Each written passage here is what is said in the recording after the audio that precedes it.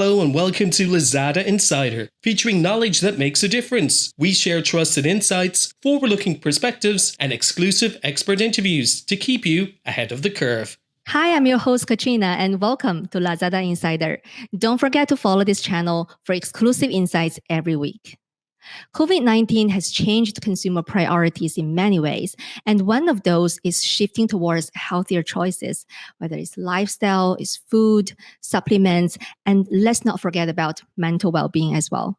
And this actually creates a very unique opportunity for businesses, and that is a topic we're going to delve into today.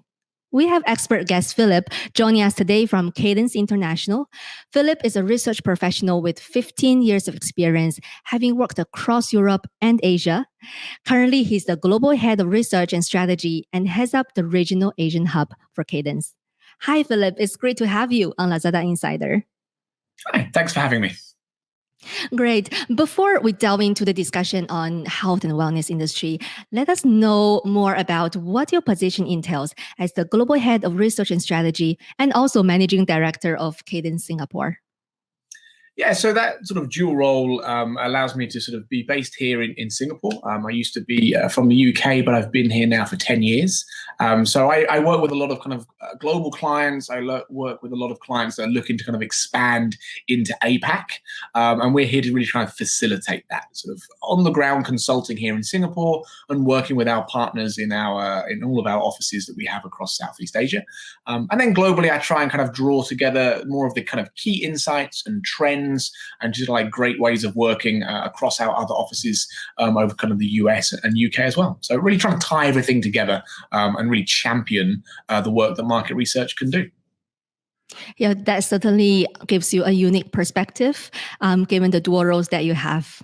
So let's delve into today's topic. Let's start with understanding the health and wellness industry a little bit better. Well, this industry actually covers a wide spectrum. So broadly speaking, what are the key categories falling under this industry? Well, I think firstly, that is quite a broad term in terms of like health and wellness in general, I think. And McKinsey has done a study recently that talks about this kind of overall wellness market being sort of a $1.5 trillion market and growing 5-10% every year. And I think what we found is that the pandemic has really put a spotlight on all of this. If you were going to break it down into like little individual components, I think you've seen a big shift in terms of fitness. A lot of at-home stuff like the classic Peloton out of the US and things like that, the kind of at-home cycle, the Les Mills of the world really pushing kind of at-home fitness. I think you see a lot of kind of work in and around that to do wearables, technology. There's a lot changing in terms of sleep. Nutrition is being looked at in a different way. I think crucially, appearance as well. Like here we are kind of on a Zoom call, sort of video conference facility. So kind of like people are more mindful about certain elements. You can see yourself much more in kind of your everyday working lives now. And I think that's put a bigger spotlight on appearance. And probably the final thing is mindfulness in terms of mental well-being and how working from home, risk, uncertainty, and things like this all come together. So as an overall kind of bucket, that health and wellness really does encapsulate a lot of different elements. Excellent. Well, being healthy is not really a new trend per se, but this pandemic has certainly reshaped consumers' attitude towards it. And a lot of people also view it through a more, I would say, sophisticated lens. So in your view, how has COVID-19 impacted consumers' attitude on health and wellness and therefore how they behave differently? Yeah, I think you're right. It's not necessarily new news, but I think it's put a spotlight on it. With Kadence, we've done our own research recently at the sort of beginning of the year, and we found that 78% of people across Asia have increased efforts on their own health and their own well-being. They're changing their diets. They are a lot more aware and conscious about where the food comes from. And they're a lot more conscious about what they can actively do in a day-to-day setting.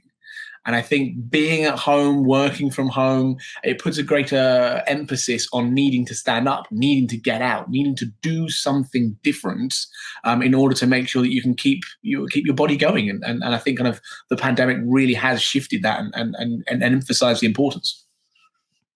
Yeah, tell us a bit more. What are the other big shifts to watch in this space? I think kind of some of it's by market. I think that certain markets, Philippines, Indonesia, Thailand, Vietnam, have probably shifted even more so. I think countries like Singapore, there's always been a sense of kind of group exercise and kind of a lot of runs are held in Singapore. It's more of a kind of a social activity as much as anything else. But those markets I just mentioned, perhaps weather-wise, perhaps kind of ability to get out into the streets and do things, finding that space is much harder. And so what it's done is it's focused a lot more on the digital side of things, how technology is now allowing people to do more at home. And so it's more of a social connection, more of a digital connection, and creating a social community that is facilitating the, I guess, kind of the competitiveness, the sort of the sharing, the mindfulness about kind of people's fitness. Yeah, great. And that's a very sort of spot on differences that you mentioned about, different countries. And I would say that these changes are certainly driving exciting trends in this industry. In your opinion, what are the top three trends that businesses in Southeast Asia need to watch out for? And more importantly, how can business respond to them and seize the opportunities? Yeah, it's a good question. I think I'll sort of try and touch upon some of those different categories that we talked about before, and maybe food and beverage being one, and kind of the sort of ingredients. I think what we're seeing is that there is a greater awareness about where my food is coming from. So we have kind of the provenance, sort of the location where it's grown and how it gets to my plate. And certain markets will do quite well out of this pandemic, if you can say that. Somewhere like New Zealand, who the government has been seen to deal with the pandemic well. Food safety is an element that they can really benefit from. You think of New Zealand, you think of the rolling hills, you think of the sort of the valleys and the beautiful scenery, and therefore any ingredients coming from New Zealand, there's a lot of confidence there. On sort of more of a localized level, there are companies that are taking advantage of that. There's a company here in Singapore called Sustainair, who grow kale and other kind of like vegetables in vertical urban gardens. And they're expanding quite well into Malaysia and Hong Kong because they're able to kind of to show very clearly fresh food and produce grown very close, low air miles, and kind of you can really manage that supply chain. So kind of where the food is coming from, I think, is a key thing.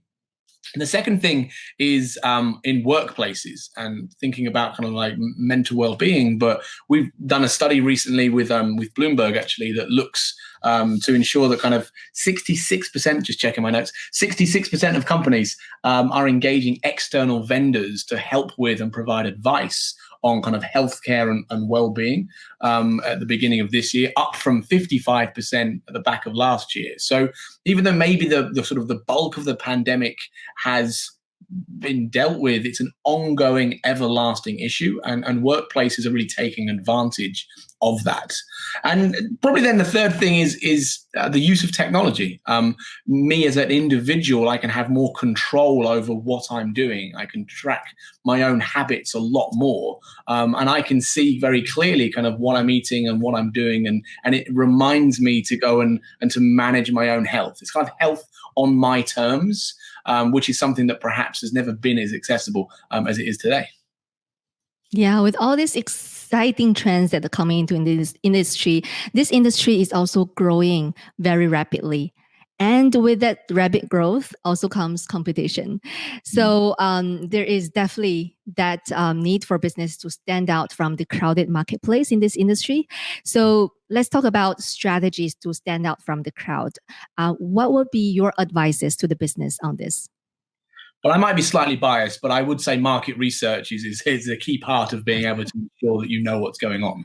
I think being aware of consumer trends, not just in your own industry, but right across other industries, spotting the fact that wearable technology is increasing so much more. What can I do as a brand owner? How can I utilize that technology? How can I utilize the ability to influence individuals on a kind of a very personal, hyper-personalized point of view? I think the other thing is ensuring that there is a strong innovation pipeline. I think, we work with some food and beverage companies who are looking at not just now, but they're looking at 2, 3, 4 years down the line, being able to utilize their products to stay relevant in the market and make sure that they're able to produce the types of food and beverages that will stay attractive and appealing to the consumers as they constantly shift their behaviors and constantly shift their mindsets about what's important right now. Excellent sharing, Philip.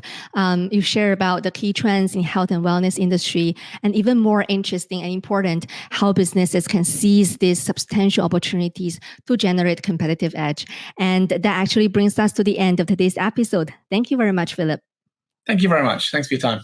This is Lazada Insider. We hope you enjoyed this episode. Make sure you click follow and subscribe so you don't miss our latest insights and expert interviews. Thanks again for joining us. Until next time, take care.